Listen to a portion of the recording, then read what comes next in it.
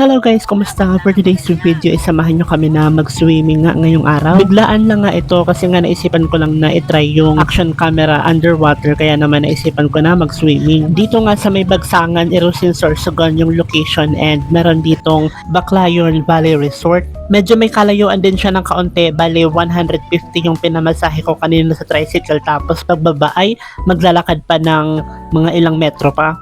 Maya-maya nga ay nandito na rin kami, and open pala to from 7 AM hanggang 9 PM. 35 pesos din ang entrance fee sa adult and 20 pesos naman sa mga bata. Tapos nag-avail din ako ng cottage worth 200 pesos. Kaya naman nagbayad ako dyan ng a total of 340 pesos. Tapos ito na nga yung cottage, and then sinatap ko na din yung tripod, tapos nilagay ko na din dito yung action camera. And ito nga yung kuha na view ng action camera.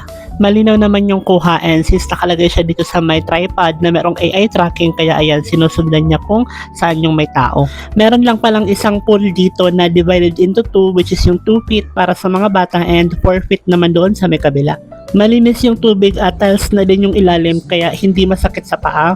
Meron din ditong karaoke kung saan maghuhulog ka ng 5 pesos. And then dito naman sa area na to, nandito yung banlawan. Magbabanlaw nga muna bago magbabad sa pool, and then pwede ka rin dito magsabon after mo magbabad sa pool. Kaya naman nagbanlaw na rin ako para makapag-swimming na din. Napagkamalan din nga akong vlogger ng mga bata dahil sa mga dala-dala kong equipment. Vlogger si kuya. Hindi man, nabidyo lang ako. And sabi ko nga na magbibideo lang naman ako. Itatry ko lang naman yung action camera na nabili ko, tapos matry ko din yung AI tracking na tripod, kaya naman eto sobrang natuwa din yung mga bata. Namangha kasi sila kasi nga sumusunod daw, and ayan, kapag may mga madaming tao ay nahihirapan din yung AI tracking kung saan tututok.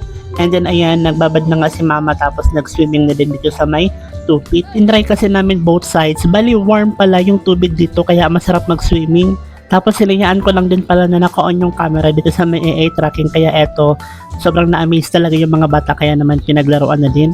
Konti lang nga yung pumupunta dito kasi nga isang peraso lang yung pool, tapos mahaba din yung lalakarin, pero kapag nakapunta na kayo ay maganda yung swimming pool. Naka-tiles na yung ilalim kaya hindi masakit sa paa, tapos warm yung temperature ng tubig. Malinis din yung paligid, tapos sobrang linis din ng tubig. And ang pinakamaganda pa dito is 35 pesos lang ang entrance fee. And 20 pesos naman sa mga bata, kaya ayan, sobrang daming bata dito. I think dito lang din yan sila sa malapit. Hindi ko na nga rin pala dinala yung e-bike ko kasi nga kasama ko yung mga pamangkin ko at si mama. At saka malayo-layo pa yung lalakarin para makaabot dito. Sobrang nag-enjoy din nga kami dito kasi nga pumunta kami ng 1 PM tapos umalis kami ng 5:30 PM. Meron din pala ditong karaoke, may isang cottage dito na merong karaoke, kaya eto, magta-try kami ng ilang songs. Kumanta nga kami dito ng ilang songs, tapos ayan, si mama ay kumanta nga din. Yung lumang 5 peso coin nga, yung kulay dilaw yung hinuhulog dito para makakanta. After nga namin magkanta-kanta ay meron na ding ibang kakanta, kaya bumaba na din kami. Maganda nga yung view dito, tapos maganda din mag-swimming kasi nga warm yung tubig. Natural nga yung pagka-warm niya kasi nga galing sa Bulkan Bulusan yung init. Marami pang ibang hot spring dito sa bayan ng Erosin, and gagawan ko na lang ng another mini vlog kapag meron na akong pambayad ng mga entrance fees. Yung ibang resort kasi is mataas yung entrance fee, like merong 150, meron ding 70 pesos and 100. Pero dito sa may Baclayon Valley Resort is 35 pesos lang. Eto nga pala yung kuha nitong action camera underwater.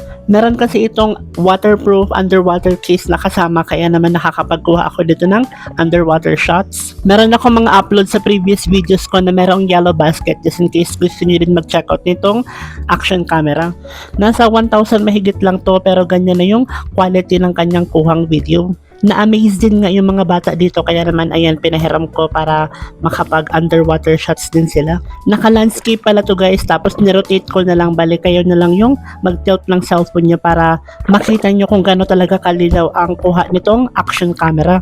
Ang gagaling nga nila lumangoy, tapos magaling din sila humawak nitong camera.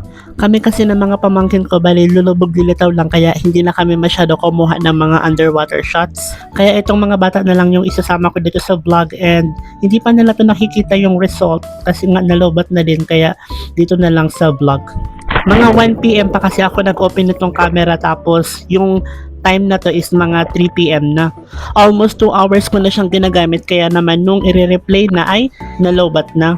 I hope makabalik ulit kami dito tapos andun ulit sila para makita nila yung result or pwede nilang panoorin na lang dito sa vlog. As in guys, sobrang ganda ng action camera na to and mura lang siya tapos maganda din yung specs at quality ng video. Sobrang nag-enjoy din kami sa resort na to kaya kapag napadpad kayo ng Irusin ay subukan nyo din na puntahan itong Baclayon Valley Resort sa may Bagsangan Irusin, Sorsogon. Hanggang dito na lang din pala itong aking mini vlog kasi nga madami na rin ako nasabi. Bali, panoorin nyo na lang itong mga bata na sobrang nag-i-enjoy din sa paliligo dito sa pool.